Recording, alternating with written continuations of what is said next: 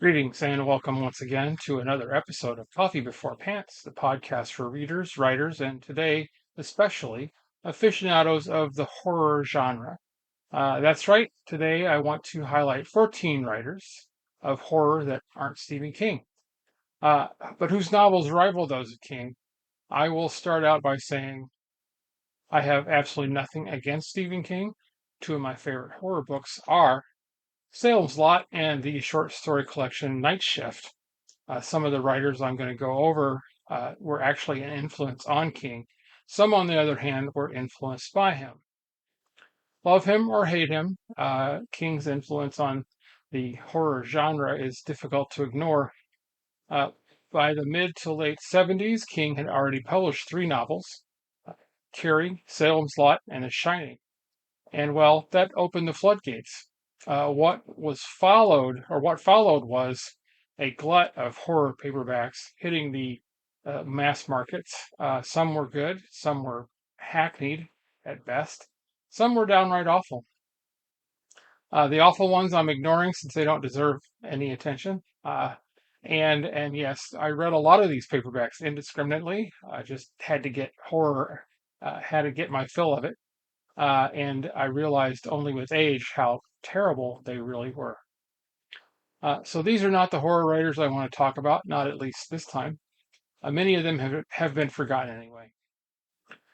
Before we get started, I first want to let you know about the sponsor of today's video. The sponsor for today's Coffee Before Pants video is The Book Deal, Madison's premier place to find new and used books. With over 30,000 books in every category, you are sure to find your next book for your TBR list. I go there almost every weekend and never fail to find something to read. That's The Book Deal, 3822 Mineral Point Road in Madison, Wisconsin. They also have online shopping at thebookdeal.com. Okay, let's jump in and get started. I'm going to try to be as chronological as I can, basically. You'll also note that I am not including Bram Stoker, Edgar Allan Poe, or Mary Shelley. I don't have to extol their virtues, and I assume that you already know who they are and what they wrote. The first author I'm going to talk about is Arthur Machen. Machen was a Welsh writer born in 1863, and he is most famous for his novella, The Great God Pan. The Great God Pan is a story of occult horror set in Machen's native land. It tells the story of a controversial experiment where a Dr. Raymond attempts to lift the veil of reality for a young woman named Mary by performing brain surgery. Raymond's goal is to open Mary's mind to the spiritual realm. However, the operation is a disaster, leaving Mary catatonic. What follows, interestingly, is in the story is a series of disturbing events, including suicides and mysterious occurrences in London, all seemingly connected to a woman named Helen Vaughan. I know that sounds like two different stories, but they do come together. Stephen King called The Great God Pan possibly the best horror story ever written, rather. H.P. Lovecraft and Graham Joyce both said that Machen was an influence.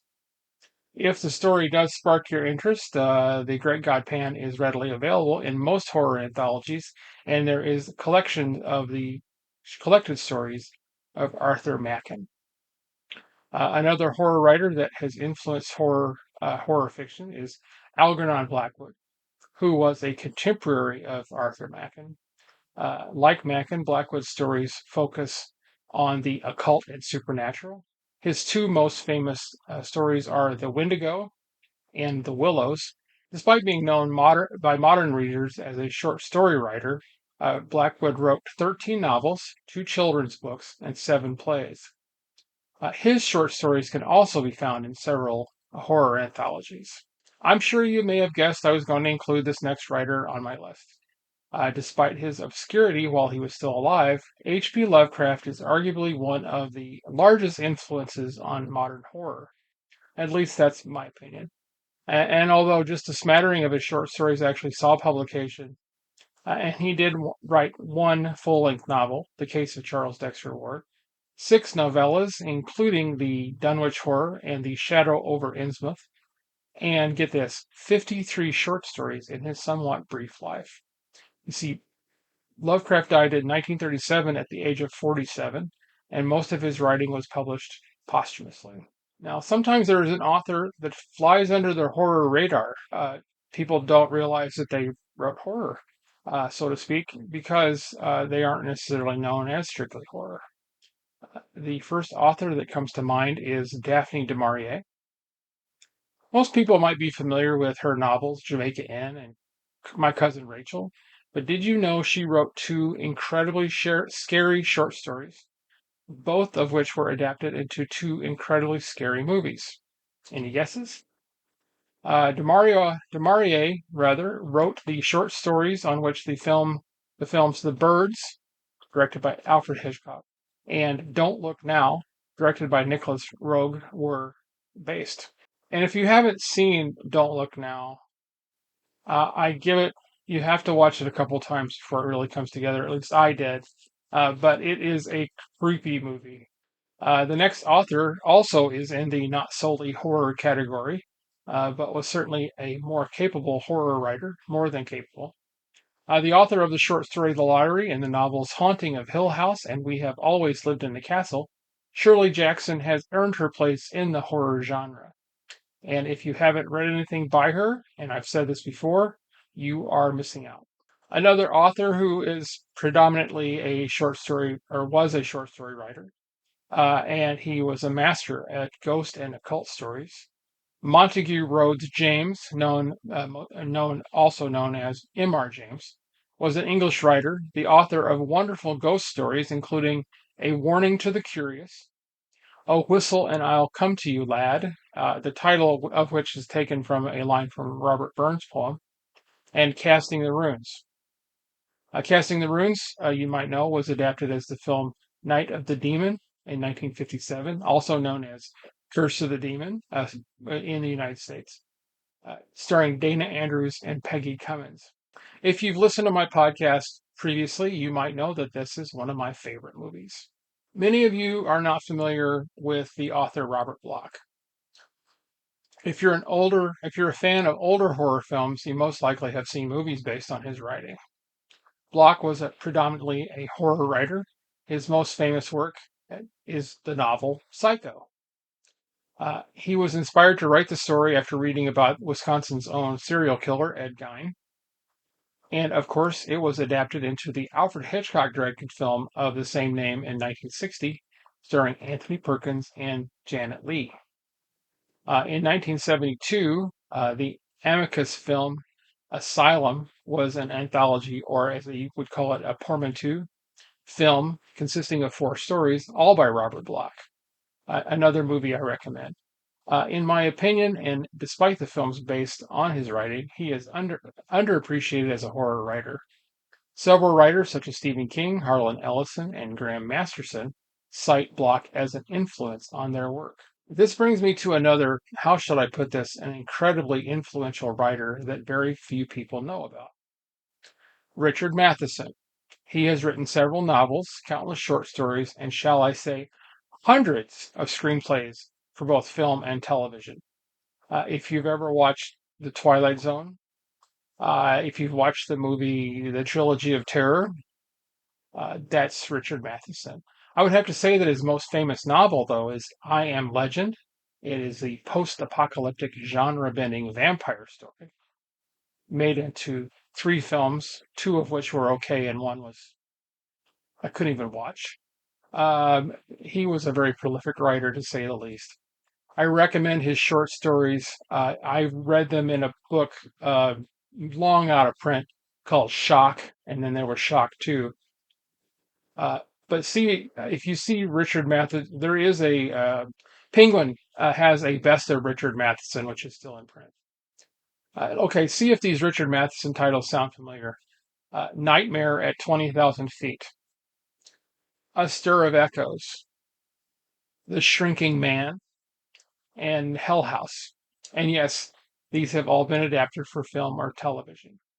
Here I'd like to mention an author that, to my knowledge, has yet to have his work adapted to screen, and that's unfortunate. English author Robert Aickman, the author of Cold Hand in Mine and The Wine Dark Sea, is more in the tradition of M.R. James, writing supernatural and occult fiction. His stories rely on elements like an unsettling atmosphere, a feel of dread, and indirect suggestion instead of outright depiction of supernatural or gory occurrences. Sometimes subtly suggesting something incredibly horrific is more unsettling than it being out and out portrayed. Again, Stephen King listed Aikman's books in the list of 100 horror books that he felt had affected the genre or influenced the genre. It was in his book, Danse Macabre. The list was a great help to me in trying to find other horror writers. In fact, it led me to writing the writings of the next author, and that was Ramsey Campbell. He's an English horror fiction writer, editor, and critic who's been writing for well over 50 years. He is the author of 30 novels and hundreds of short stories, many of them winners of literary awards. His novels include The Last Voice They Hear, The Nameless, and The Doll That Ate His Mother, possibly one of the most disturbing titles of all time. His short stories can be found in a variety of horror anthologies, some of which he has edited himself. Prepare to be very disturbed. One author that I never hear about anymore is John Ferris. I read a few of his books and I remember enjoying them immensely. He predominantly falls into the Southern Gothic category, which still can be horror, just a little more subtle. He is an American novelist, screenwriter, and playwright with occasional short stories and poetry, who first achieved bestseller status at the age of 23 and is most famous as the author of The Fury. Anyone else remember that movie with Kirk Douglas and Andrew Stevens? Ferris's other books include When Michael Calls, The Uninvited, and what has to be one of the greatest book titles ever, All Heads Turn When the Hunt Goes By. If you can find any John Ferris books, I do recommend them. Speaking of disturbed, I am disturbed not by the horror, but that there are so few horror writers, that are people of color. While I can't remedy this right away, I do want to highlight a couple of writers that should be getting more attention. One of the authors of horror fiction I want to highlight is Tananarive Due, and I'm sorry if I mispronounced that. She won the American Book Award for her novel The Living Blood, the Bram Stoker Award for Best Novel, the Shirley Jackson Award for Best Novel, and the World Fantasy Award for her novel The Reformatory. Those are quite the honors. She is also known as a film historian with expertise in Black horror. Her other novels include The Good House, Joplin's Ghost, and The Between. Another writer in this category that has recently gained my attention is Stephen Graham Jones. He is a Blackfeet Native American author of experimental fiction, horror, crime, and science fiction. His works include the horror novels The Only Good Indians, My Heart is a Chainsaw, and Night of the Mannequins. His prose is, to say the least, fierce and stunning. I'm definitely keeping an eye out for his future books, although I admittedly haven't read everything he's written so far. He is one author that I'd say he's to watch out for. The last thing before I end this episode, in researching this, I discovered a book that I haven't read yet, but I am very interested in. It is an anthology of Black horror writers titled Out There Screaming, edited by none other than Jordan Peele, the director of Get Out, Us, and Nope. Have you read this book? If you have, let me know in the comments what you think about it. I know I could have included many other writers. If there are any writers out there, any writers that you feel that I've overlooked, please let me know. There's always the possibility of a sequel. I always need new ideas. Sequel to this episode. You might even help me find a new author. Well, I think that wraps it up for this time. Whether you are watching on YouTube or listening on your favorite podcast app, thank you. Thank you very much. If you like my podcasts and videos, please hit the like button. If you want to be notified of new videos, including the weekly Culture Cafe, hit the subscribe button down below.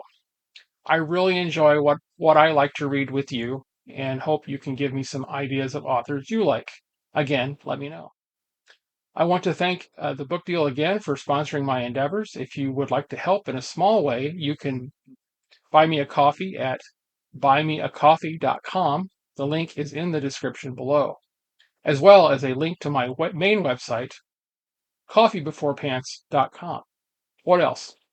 As always, I hope you have a wonderful day and are finding lots of good books to read. And also, please remember to support your local independent bookstore and your local public library. Thanks for watching, and we'll see you next time.